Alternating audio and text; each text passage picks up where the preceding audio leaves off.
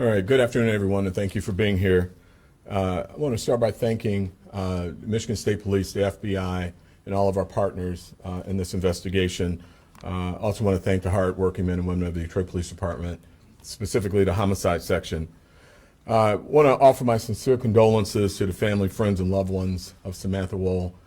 She is beloved. Everyone I have talked to has spoken about her contribution to our community, and she will be sorely missed. The purpose of this press conference is to bring clarity to the incident that has brought attention of our community, local and national leaders, and even international outlets. I'm going to lay out what we know now. I'm going to bring up the Deputy Chief over our Homicide unit, and then we'll conclude with some comments from the FBI on this case. I hope everyone understands that we're limited in the information that we can share. This is an active investigation, and there will be points where we cannot share information. On the morning of Saturday, October 21st, a 911 call came into our 911 call center, and the call was regarding an incident that occurred at the 1300 block of Joliet Place. It was described as a person laying on the ground unresponsive. Responding emergency units made the location and declared that the victim was dead on scene. Upon investigation, it was determined that that victim was in fact Samantha Woll. While at the scene, police officers observed a trail of blood leading officers to the victim's residence, which is where we believe the crime occurred. An examination of the victim led to the discovery of multiple stab wounds on her body. What we know right now is that the victim, Ms. Woll, was at an event Friday evening. She left the event at 12:30 a.m. By all accounts, she was not in any discomfort, any distress. She was her normal, positive and pleasant self, as described by some people that we have interviewed.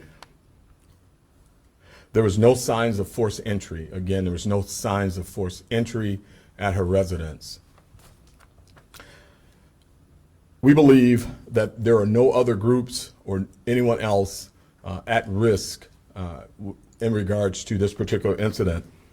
We believe that this incident was not motivated by anti-Semitism and that this suspect acted alone.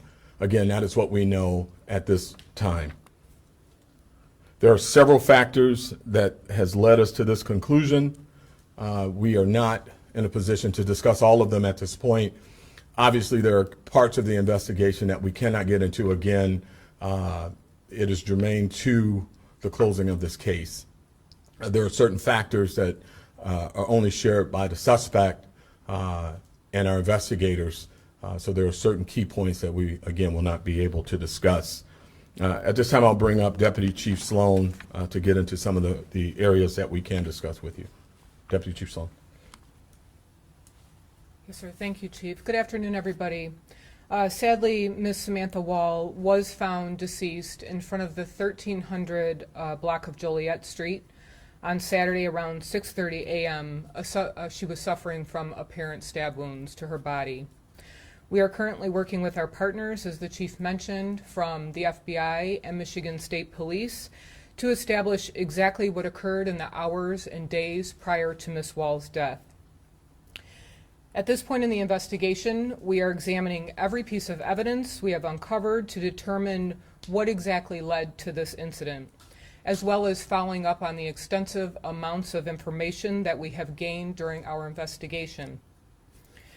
We have and are in the process of conducting countless interviews to learn everything about Ms. Woll's life, including any possible motive or opportunity to harm her. What we do know, again, from what the Chief mentioned, is that Ms. Woll did attend an event on Friday evening, which we know was a wedding. She did return home around 12:30 a.m. on Saturday morning, and we did discover no signs of forced entry to her residence. At some point between returning home from this event and in the early morning hours when she was discovered, Ms. Woll was unfortunately fatally assaulted. By all accounts, Ms. Woll was very well liked in the community, so it is clearly very shocking to her family and to her friends that this incident has occurred. I'd like to extend our gratitude to the men and women of the Homicide section, our partner agencies, for the endless hours that they have dedicated to this investigation.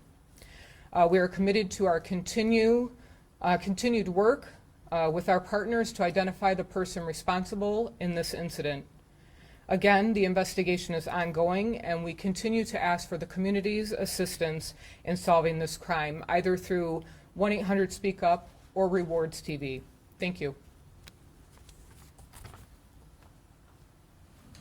FBI, sir. Thank you, Chief. Good afternoon. My name is Chevalier Gibson. That's spelled C-H-E-Y, V as in Victor, O-R-Y-E-A. Last name Gibson with a B. I'm the special agent in charge here in Detroit for the FBI, which covers the entire state of Michigan. I want to thank all of you for being here today, and thank you, Chief, for this opportunity. I want to express my sincerest condolences to Mrs. Woll's family, her friends, and the community during this tragic loss. As stated by Chief White, we are providing technical, forensic, and investigative support during this DPD investigation. And I will say, if you have any questions with regard to the investigation or any facts thereof, I'm going to defer to Chief White at this time. And again, thank you guys for being here, and thank you, Chief White.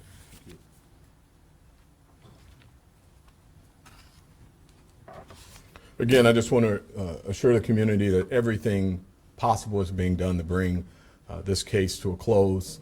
I ask for patience. There's a lot of evidence and information that has to be analyzed. Again, we're very thankful to our partnerships with both the FBI and the Michigan State Police. Access to crime lab activity and things such as that helps move this case along quite quickly. But we want to make sure that we don't rush and that we do everything to make sure that evidence is analyzed, search warrants are got up, and we bring this matter to close with the appropriate person being held accountable for these horrendous actions. With that, I'll take any questions. Hi, Chief Ryan Marshall, representing WWJ News Radio 950 here locally, CBS News, New York, nationally. Even though you did say that there isn't any anti-Semitic motive here, how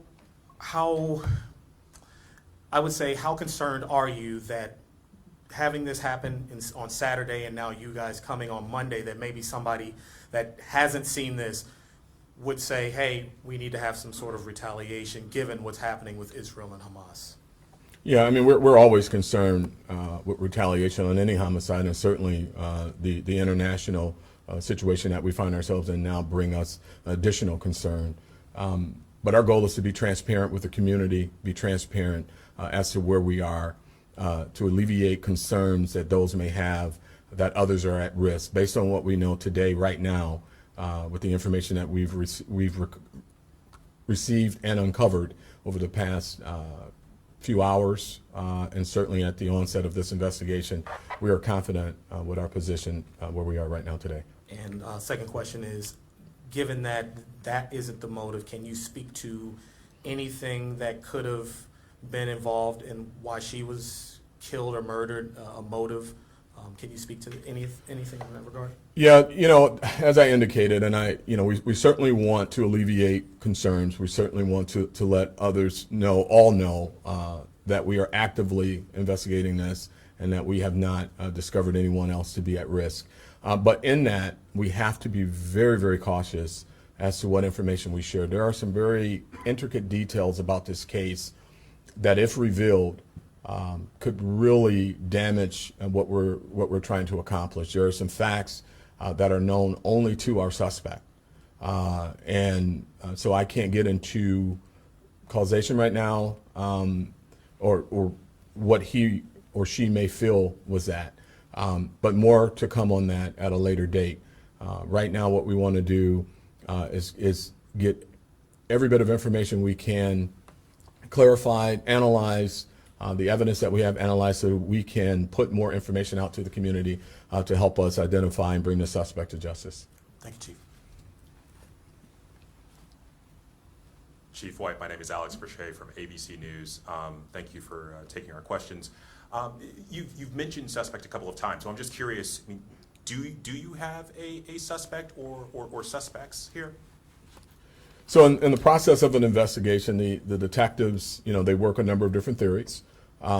We are working through what we have identified are some persons of interest, and we're very confident on the track that we're on. But we're early. We're very, very early in this investigation. And once they're done with that level, each area of the work requires specific investment of time, concentration, and development on its own. And so to answer your question, the short answer is we have a number of people that give us interest. We are just short of calling one of the people a suspect, but we are working to that end, and we will be there. But it just takes time, and again, I'm asking for patience as we work through every aspect of what we're doing. There's a lot of information to be analyzed. Investigators have worked literally nonstop since we received this case. And I'm confident in the hard-working men and women of the Detroit Police Department. They are really, really good at what they do. I just got to give them time to do it, and we're going to get there. So yes, we are confident that we're going to develop a suspect. We're not there right now as of this press conference. I understand. My second question for you, sir, is can you give any clarity or any theory as to how Ms. Woll ended up outside of her house, that trail of blood that led to the sidewalk?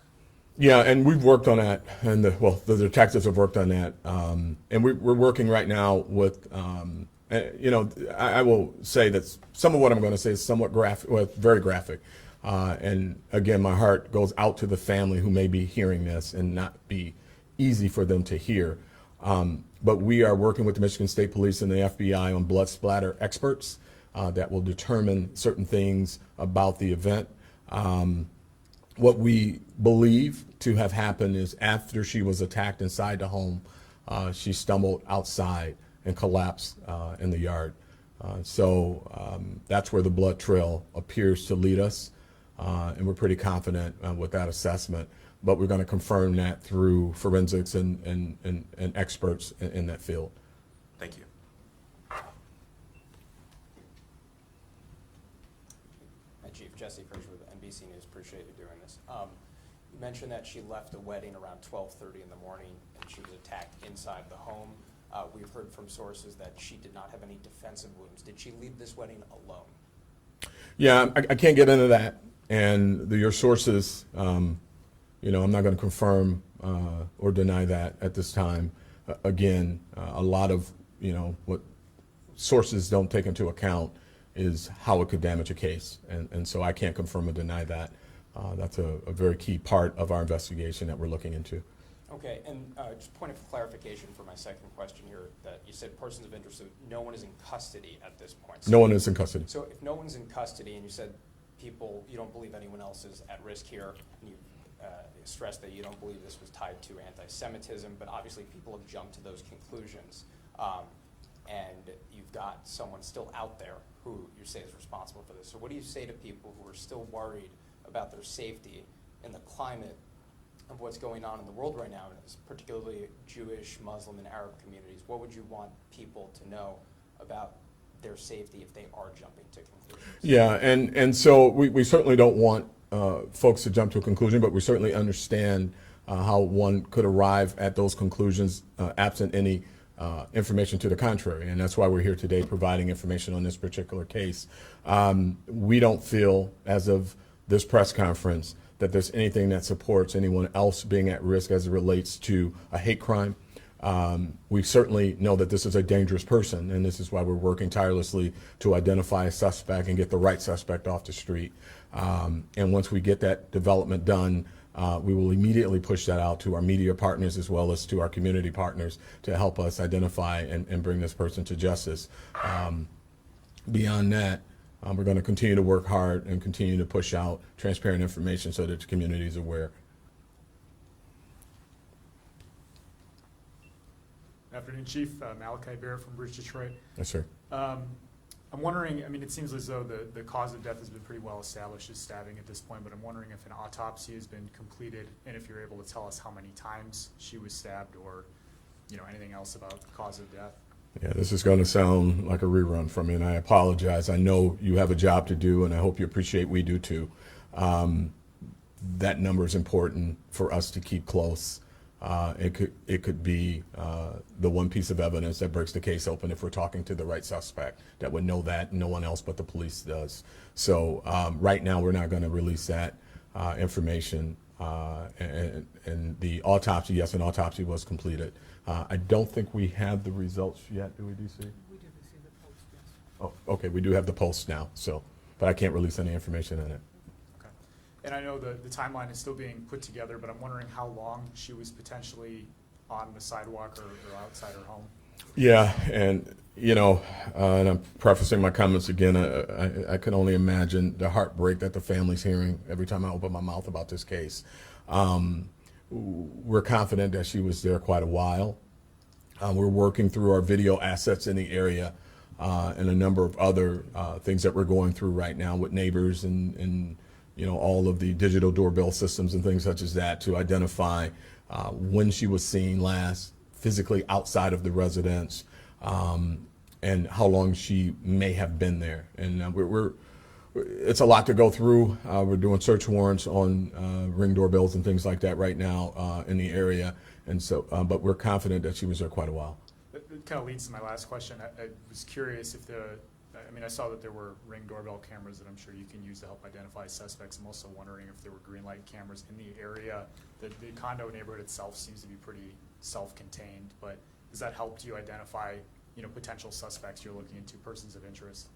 Yeah, so as you know, one of the provisions of the green light is that there's no facing of residential communities. That was a concern early on. I think you may have been part of some of the conversation around that.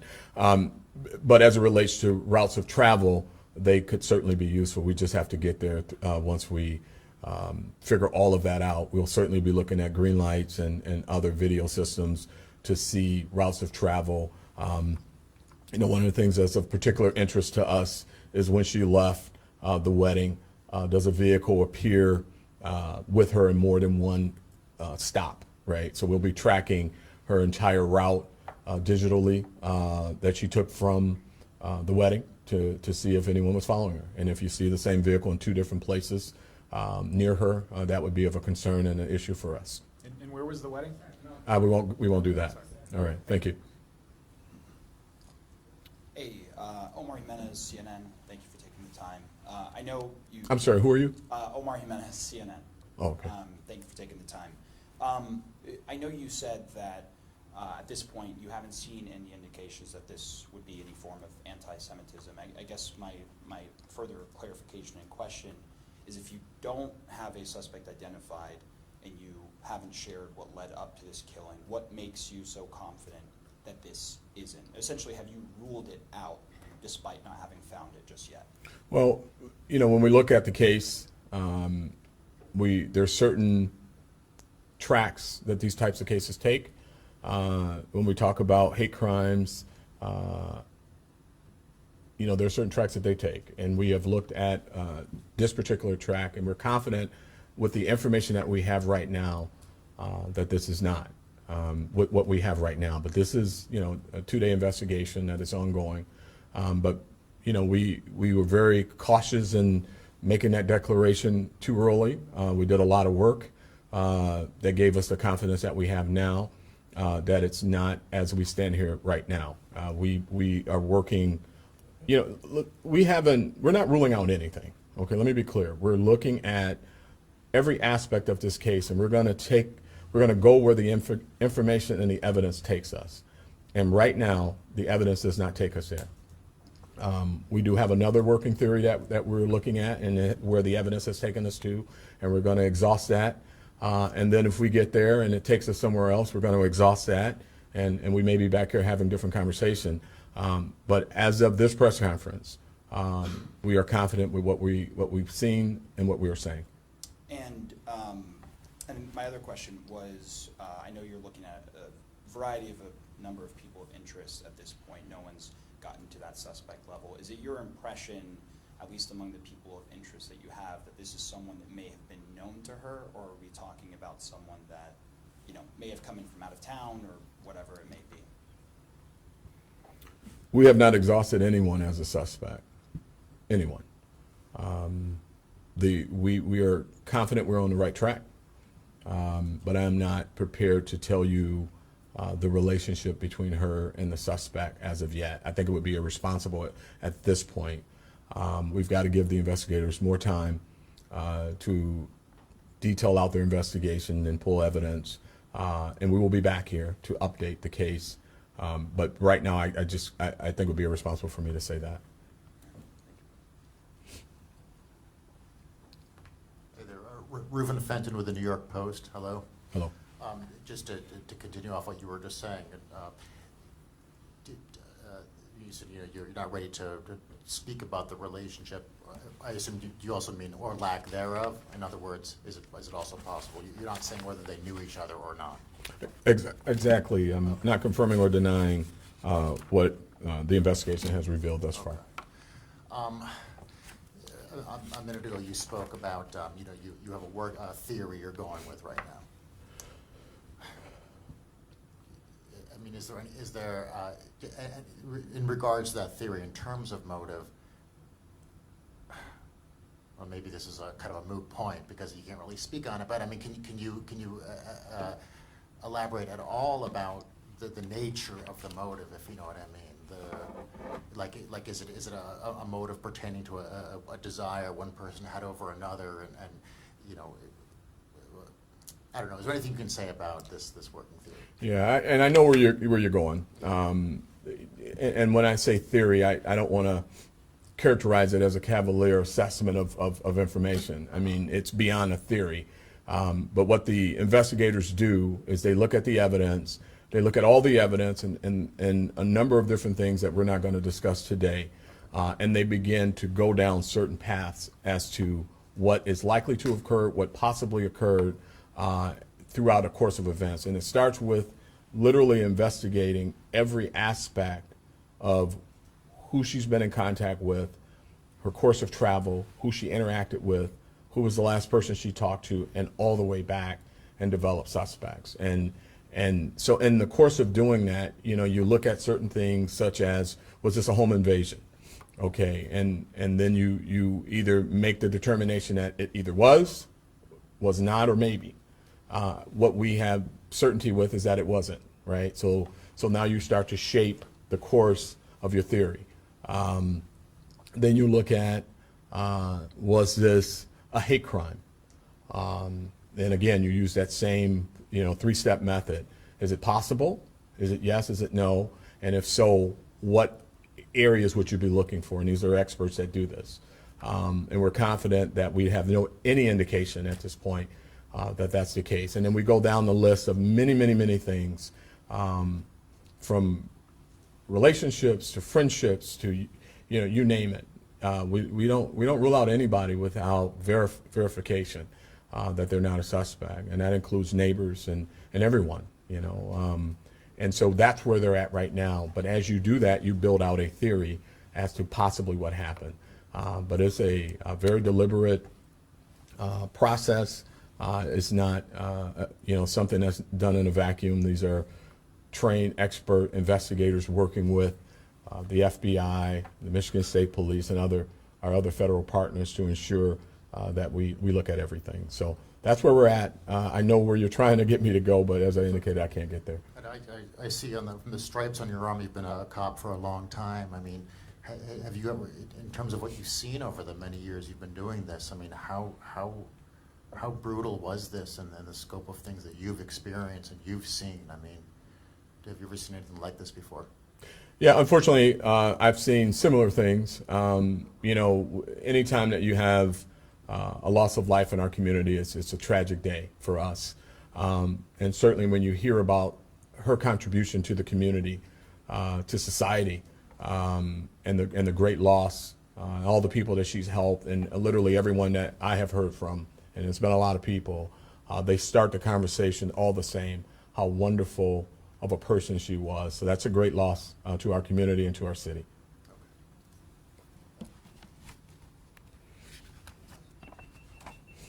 Chief Victor Williams with Local 4. You have a lot of people living on Joliet Place who may still feel unsafe with the killer out there still. What would you say to them first off? Well, I've said it. You know, I don't feel that they're at risk, but if they saw anything, no matter how small they may think it is, if they saw someone that's not known to the neighborhood, may have been there earlier in the week, if they saw anyone lurking around the area, certainly let us know.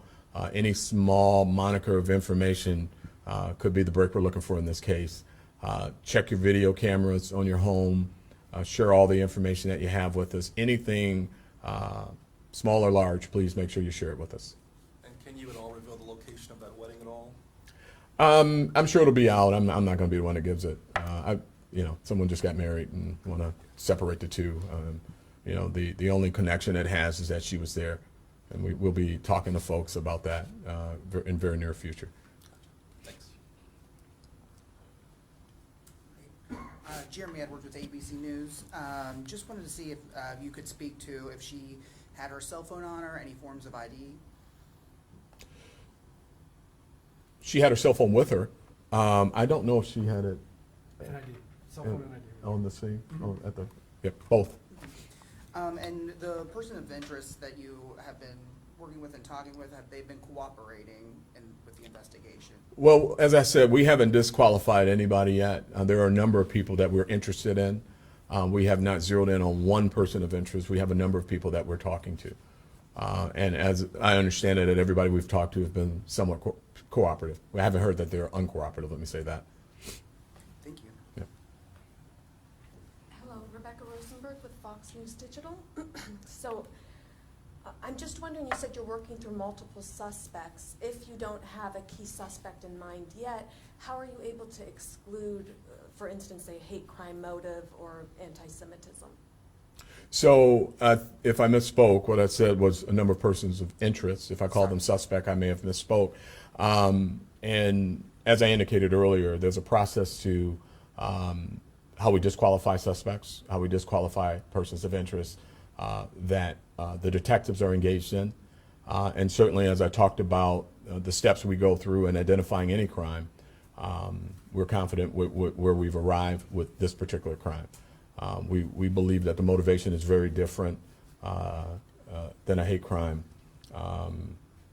It's horrific and it's tragic, and that's the focus of the investigation. But if something leads us down that path again, or if something comes up, we will certainly be engaging our federal partners and looking at that. We're not saying, as we stand here today, that if we were to arrive at a space where that becomes something that we need to look at again, that we wouldn't. We're just saying that as we stand here today, right now, that doesn't appear to be the motivation. And just another question, unrelated question. There was a couple near the crime scene whose car tires were slashed over the weekend. They had left town on Friday, returned Sunday, and it was an older couple. Both their driver's side tires were slashed. They said they alerted police on the scene to this. They are actually just had the tires replaced, but nobody came, processed the car for evidence. It was probably 300 feet from the main residence. Have you guys looked into that? Do you think it could be connected? Well, we certainly will look into it. I don't know if it's connected, but we'll certainly look into it. Thank you for that information. Thank you all for coming. Thanks, Chief. All right. Is the federal nexus, I'm sorry, is the reason the FBI is involved just to see if it was a hate crime, or is there some other federal nexus involved in this? Well, as you know, our federal partners, as well as the state police, have worked with us on a number of homicides, so this isn't unusual. But certainly having them here on this one, we'll be looking at all of those avenues. But we work together and continue to work together on a number of homicides with our federal partners.